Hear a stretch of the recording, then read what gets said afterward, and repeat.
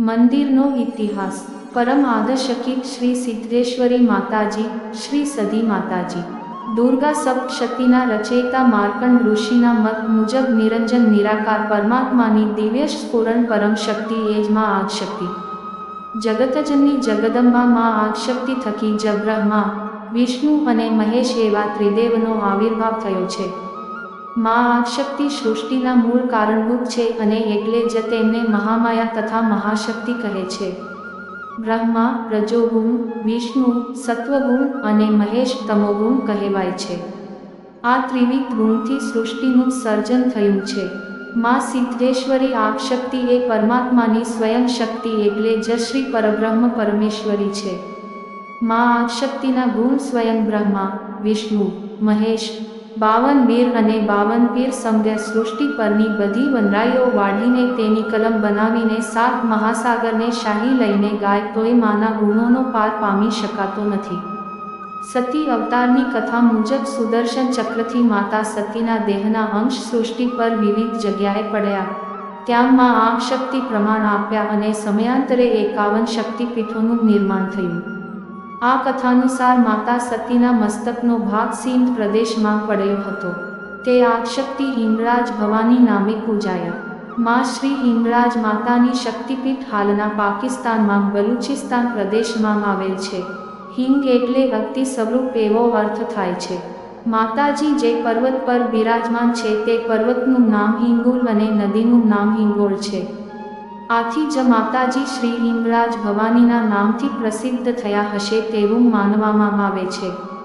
માં શ્રી હિંગળાજ ભવાનીના વચન મુજબ શ્રી રામાવતાર પછી રામનો શ્રી કૃષ્ણાવતાર થયો ને શ્રી કૃષ્ણાવતારમાં ભગવાન શ્રી યોગેશ્વર કૃષ્ણએ માં આદશક્તિને પ્રાર્થના કરી, હે માતેશ્વરી, શંખાસુર દાનવનો જગત પર ઉત્પાત વધી ગયો છે, જેને તમારા વિના કોઈ હણી શકે તેમ નથી. તેથી જગતના જીવો પર આપ કરુણા કરી પ્રગટ થાઓ. ભગવાન શ્રીકૃષ્ણની કુળદેવી માં શ્રી હિંગળાજનું સ્વરૂપ જ માતા શ્રી મોમાઈ હતા. માતા મોમાઈએ કૃષ્ણને કહ્યું, હે શ્રી કૃષ્ણ, કાળા ડુંગર પર બેસીને તમે મારા મોમાઈ સ્વરૂપનું 3.5 દિવસ તપ કરો, એટલે હું પ્રગટ થઈશ. કાળા ડુંગર પર આંબાનું એક ઝાડ છે. તેની ઉપર આજ દિન સુધી કોઈ પક્ષી સુદ્ધા આવ્યું નથી. તેની ઉપર કાળી કોયલ બનીને હું 3.5 ટહુકા કરીશ, ત્યારે માનજો કે હું ભવાની આવી. અને મારા આવવાથી કાળો ડુંગર કોયલો ડુંગર કહેવાશે. માં શ્રી આદશક્તિ મોમાઈના કહ્યા મુજબ શ્રી કૃષ્ણએ કાળા ડુંગર પર ગાંધવી ગામે 3.5 દિવસનું તપ કર્યું અને સાંજની પર સવારમાં મુમ્માદેવી આંબાની ડાળે કાળી કોયલ બનીને ટહુક્યા. તે દિવસથી કાળો ડુંગરે કોયલો ડુંગર કે કોયલાગઢના નામે ઓળખાવા લાગ્યો. હર એટલે વિષ્ણુ અવતાર શ્રી કૃષ્ણએ આરાધી તે શક્તિ માટે શ્રી હરસિદ્ધિ અને હર એટલે ભોળિયાનાથ અને સિદ્ધિ એટલે શક્તિ માટે શ્રી હરસિદ્ધિ માતાજી.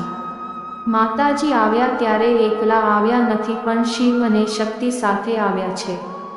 શંખાસુરનો નાવત કરીને શ્રીકૃષ્ણે કોયલા ડુંગર પર માં શ્રી હરસિદ્ધિ માતાજીનું સ્થાપન કરીને મંદિર બનાવ્યું અને બાજુમાં ભગવાન ભોળિયાનાથની પણ સ્થાપના કરી. કોયલા ડુંગરવાળી માં શ્રી હર્ષદ ઘેર ઘેર પૂજાય છે. આ જ કોયલા ડુંગરવાળા ગાંધવી ગામમાં પ્રભાતસેન નામનો રાજા રાજ કરતો હતો. એ રાજા વિકારી હતો. આથી માતાજીએ એને આપેલા શાપ મુજબ કોયલા ડુંગર ઉપર તેલના કડાયામાં તળાવું પડતું હતું. 92 લાખ માળવાનો વીર વિક્રમ રાજા અને પ્રભાતસેન માસીયાઈ ભાઈ થતા હતા.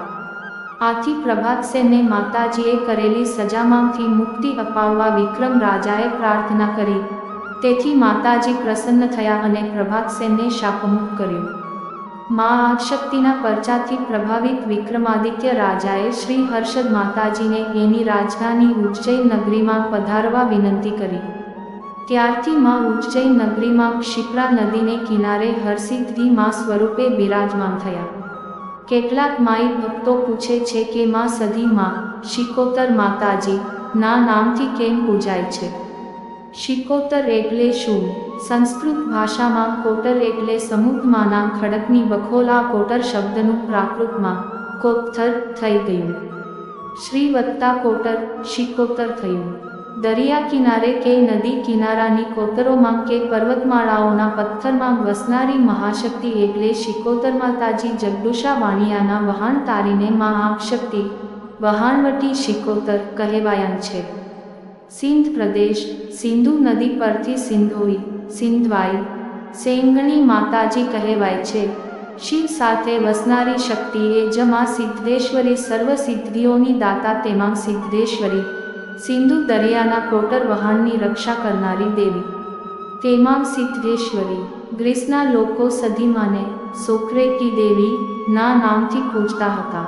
ગ્રીસના સિકોટા ટાપુ ઉપર માનો વાસ હતો. તેથી દરિયાઈ માર્ગે જનારા ત્યાંના ખલાસીઓ માતાજીની પૂજા કરતા હતા. આ સોક્રેટી દેવી શબ્દ પરથી શિકોતર શબ્દ થયાની પણ માન્યતા છે. દરિયાના ખોળામાં રમનારા દરિયાને ખૂંદનારા ખારવા ભાઈઓ ખલાસી ભાઈઓ વહાણવટી અને નાવિકો માછીમારો તથા ભારતભરની 18 વર્ણમાં ધર્મોમાં માસતીમાં જુદા જુદા નામ અને રૂપથી પૂજાય છે. સોરઠના સમૃદ્ધ પરના વિસ્તારમાં નાવિક માલમ ટંડેલ જેવી સાગર ખેડનારી જાતિઓ આ જોગમાયાને પૂજે છે. કેટલાક સમાજોમાં માતીજી સિંધુડી નામથી પૂજાય છે. સુરત નજીકના હજીરાના સમુદ્ર કાંઠે રૂપમગદલામાં માં સદીમાનું ધામ આવેલું છે.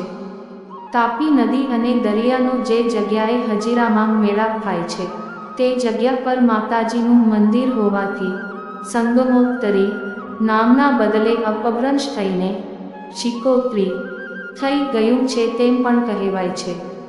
શ્રી લક્ષ્મી સ્વરૂપ પણ આજ માતાજીનું હોવાથી તેમનો વધુ વાસ સાગર કાંઠે છે. શ્રાવણી પૂનમના દિવસની માતાજીની પૂજાને દરિયાખેડૂઓ વધારે મહત્વ આપે છે અને દરિયાદેવના ખોળામાં વહાણ હંકારતા પહેલા દરિયામાં એક શ્રીફળ પધરાવે છે, જેથી દરિયાદેવ અને મા શિકોતરની તેમના ઉપર કાયમ મહેર રહે છે. જગદુશા શેખના ડૂબતા વહાણ તાયા હતા ત્યારથી મા વહાણવટી શિકોતર પણ કહેવાયા. સિંધ પારકર પ્રદેશમાં હમીરની હાક વાગતી હતી. હમીર અને તેની પત્ની કકુ મા સદીની ભક્તિથી રંગાઈ ગયેલા. શ્રી સદી માતાના રૂડા પ્રતાપે એ પંથકમાં હમીરની બોલબાલા હતી, પણ હમીરને કામરૂપ દેશમાં જઈને મેલી વિધા શીખવાની ચાનક ચડી. શ્રી સદી માતાજીએ હમીરને રોકવાનો પ્રયાસ કર્યો, પરંતુ અભિમાની હમીર માન્યો નહીં અને માતાજીની આજ્ઞાની ઉપરવટ જઈને હમીર મેલીવિઘા શીખવા ગયો. ત્યાં કોમલા નામની વ્યક્તિ સાથે હરીફાઈ થઈ અને કોમાએ મૂકચોક મારણ વિધા અજમાવી, તેથી હમીર જમીનમાં અડધો ઉતરી ગયો. આમ હમીરનો ઘમંડ ઓગળી ગયો. એને પશ્ચાતાપ થયો. મા સદીને હૃદયથી યાદ કરી પ્રાર્થના કરી. આથી મા સદીએ હમીરને ઉગાર્યો. પરંતુ સમય જતાં હમીરની ભક્તિ ઓસરવા લાગી અને તે અભિમાનથી ચકચૂર બની ગયો હતો. તેથી મા ભગવતીને હમીરને છોડવાનો વખત આવી ગયો. ગુજરાતમાં પાટણના રાજા સિદ્ધરાજનો રાજ્યાભિષેક થતો હતો. એ સમયે એની ભાભીએ હમીર કકુની ભેંસો લાવીને પાટણમાં બાંધી દેવાનું હેનું માર્યું. આથી શૂરવીર સિદ્ધરાજે ખાપરા ઝવેરીની મદદથી હમીર કકુની ભેંસાએ લાવી પાટણમાં બાંધી દીધી. ફરીથી હમીરનો ગર્વ ઉતરી ગયો.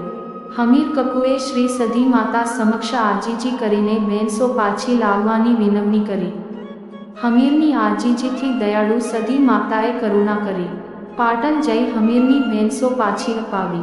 પરંતુ હવે માતાજીને હમીર કકુના પ્રદેશમાં પરત જવું ન હતું. સાથે સાથે પાટણના રાજવી સિદ્ધરાજ પણ પરમ શક્તિ ઉપાસક હતા.